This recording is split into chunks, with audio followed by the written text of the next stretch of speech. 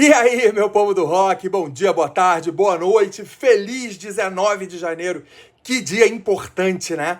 40 anos do dia do metal, da noite do metal, do primeiro Rock in Rio em 85. A gente não tinha a menor ideia de que isso ia virar uma instituição, uma coisa que nos faz falta, que a gente reclama quando não tem, com razão, porque tem que ter noite do metal sempre. E 19 de janeiro de 85 foi quando isso começou. Como eu falei no vídeo dos 40 anos do festival, no dia 11, né? Começou 11/1 de 85. Dia 19 foi o dia do metal, foi o penúltimo dia do Rock in Rio. Segundo o site do festival, em um texto do jornalista e meu guru, Jamari França, foram 380 mil pessoas ao Rock in Rio no dia 19 de janeiro de 85. Tá lá, é a informação oficial. Isso é impossível você aferir. Era na época e é hoje. Como é que você vai aferir se tinha 380 mil pessoas lá? Mas eu acredito. Muita gente eu tenho certeza que tinha, né? E esse dia foi desfalcado do Iron Maiden, como eu falei aqui do outro vídeo, que o Iron só fez um show no dia 11. O Iron estava entre datas da World Slavery Tour, então eles conseguiram fugir dos Estados Unidos para vir aqui fazer um show no primeiro dia do festival, que foi dia 11, sexta-feira, e depois voltaram correndo para a turnê nos Estados Unidos. Não participaram do Dia do Metal. As outras atrações do Dia do Metal foram Whitesnake, Scorpions, AC/DC e Ozzy Osbourne. Todos esses tocaram 2 vezes no Rock in Rio, cada um numa noite, né? O Scorpions e AC/DC tocaram juntos uma noite, com o Ozzy com o Rod Stewart e o Whitesnake com o Iron. E teve Baby e Pepeu também, que teria Erasmo, teria Barão, mas aí o mau comportamento dos meus irmãos metaleiros, na época estavam se tornando meus irmãos, mas não se comportaram bem, rolou uma hostilidade com as atrações e, bom, não precisava, né? Nunca precisa, nem, às vezes, essa atração talvez não fosse adequada para esse dia, mas tudo bem, mas hostilidade, não jogar coisa no palco, xingar, isso nunca levou a nada, não ajudou ninguém. Acabou que o Erasmo e Barão foram pro dia 20, o último dia, e a gente só teve Baby e Pepeu de Nacional nesse dia. Pepeu arrepiando na guitarra, com os irmãos, né? Didi Gomes no baixo, Jorginho Gomes na batera, Baby, e fizeram aquele show rock and roll deles, passaram incólumes, e aí a gente veio para o Whitesnake. Aí o Whitesnake, na segunda noite, todo mundo já estava preparado, porque viram o que os caras tinham feito no show com o Iron Maiden no dia 11. E o Whitesnake já chegou...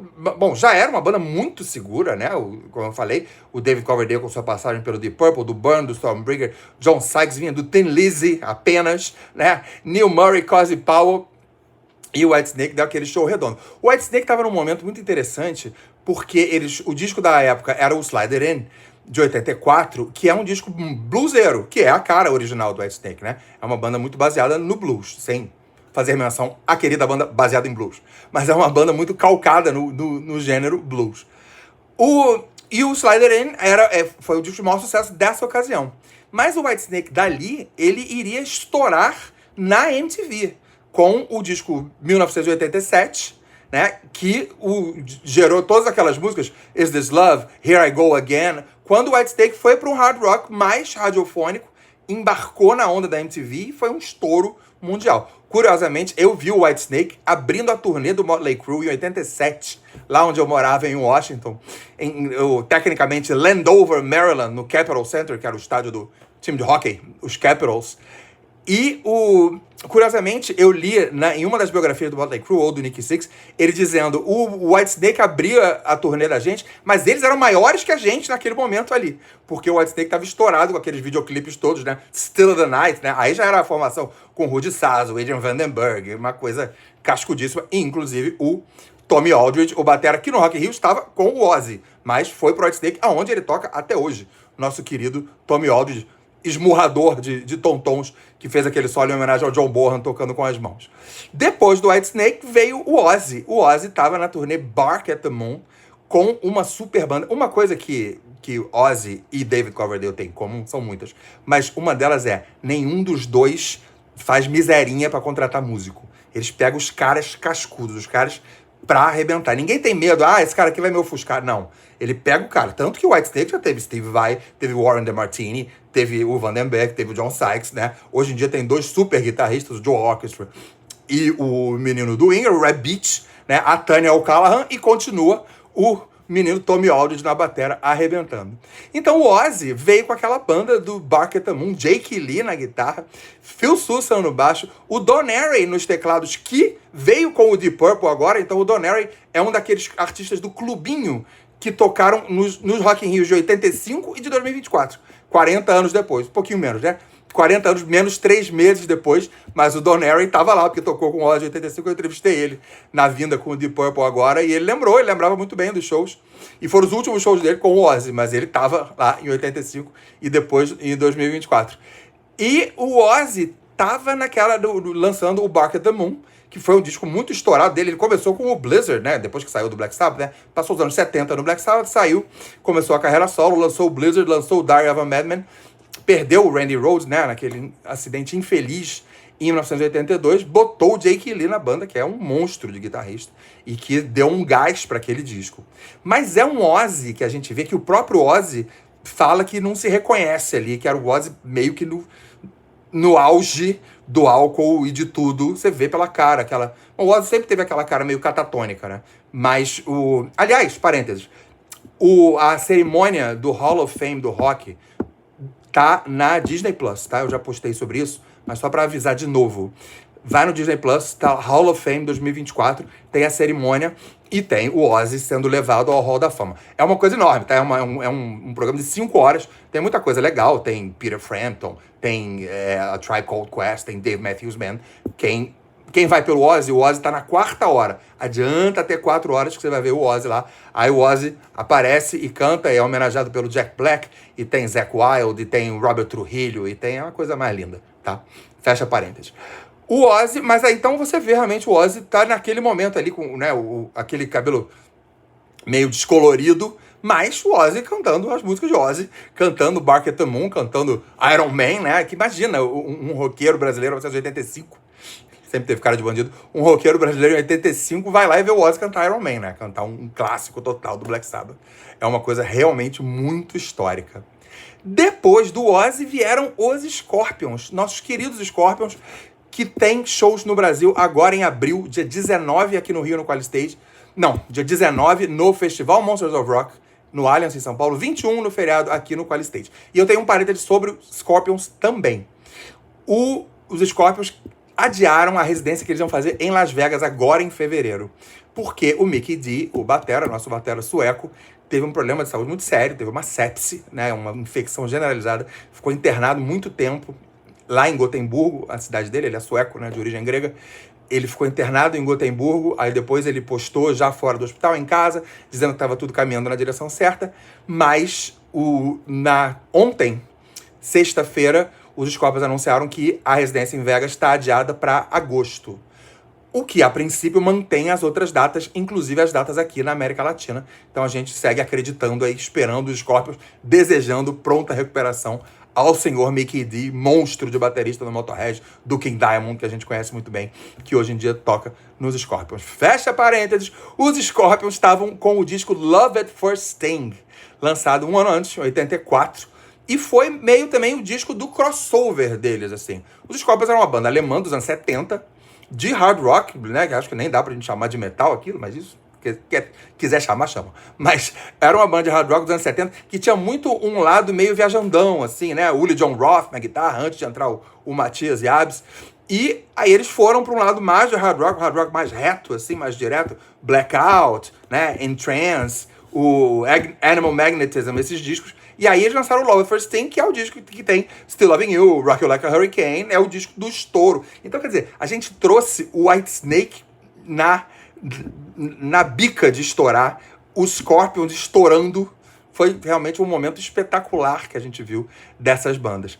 E aí os Scorpions, a banda tá vindo aqui na turnê de 60 anos de carreira. Ou seja, em 85 eles tinham 20, não estavam começando mais, né? Claro que só o Rudolf Schenker é fundador da banda e tá na banda até hoje. Mas todo mundo ali é cascudo. Por exemplo, o Klaus Meine, o cantor, não fundou a banda, mas todos os discos dos Scorpions são com ele cantando. Então, ele não participou dos primeiros ensaios, shows, alguma demo lá, né, em Hamburgo, num botequim, mas o cara tá na banda o tempo todo.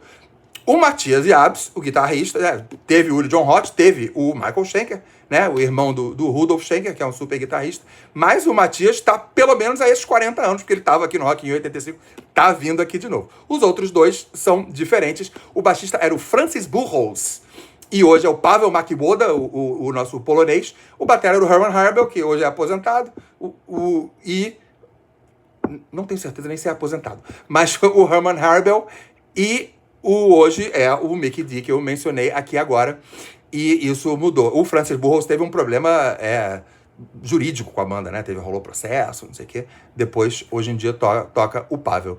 Então, os Scorpions eram uma banda cascuda de palco, de movimentação, de zona, né? O Rock in Rio era unânime em dizer que quem fazia mais zona, quem tocava mais o terror, eram os Scorpions. Eu até já contei uma história aqui não, mas já contei aí pela vida e já escrevi a respeito. Eu não vou dar o nome do lugar, mas uma vez que eu entrevistei o Rudolf Schenker, já entrevistei muitas vezes os Scorpions todos, o Klaus, o Rudolf, o Matthias.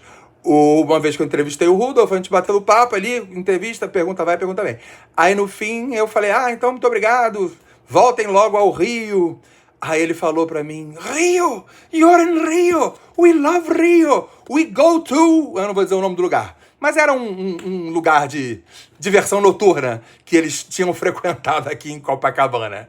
Então, Rudolf, comporte-se e vem aqui com boa saúde, tá? Frequente o lugar que você quiser, mas vem aqui com boa saúde para dar os shows pra gente. Mas os Scorpions de 85 foram uma explosão aqui. E eles já tinham músicas conhecidas, Rock You Like a Hurricane, Still Loving You, Blackout, e foi uma banda que a gente pegou no momento perfeito. Por último, a lenda do AC/DC, né? A banda que não vem nunca, que é raríssima de aparecer. Tem turnê do AC/DC em 2025, do disco Power Up, aquela banda meio remendada, né? O Malcolm não tá mais aí, mudaram o batera também, e vamos ver qual AC/DC e se eles aparecem aqui. Mas em 85 o AC/DC estava num momento espetacular. O Back in Black é o disco de 1980, né? Depois da morte do Bon Scott, é o disco em que estreia o Brian Johnson nos vocais. Então o AC/DC estava fresquinho ali naquele posto de banda mega ultra estourada com o Brian Johnson e Hells Bells, né? Tem até aquela história famosa que o sino do Hells Bells, eles trouxeram um sino de aço, de metal, um negócio pesadíssimo, para botar no palco. Era tão pesado que o palco não aguentaria o sino. A engenharia, o urdimento, como diz o povo do teatro, né? O urdimento do palco, segundo o pessoal do Rock in Rio, não aguentaria o peso daquele sino.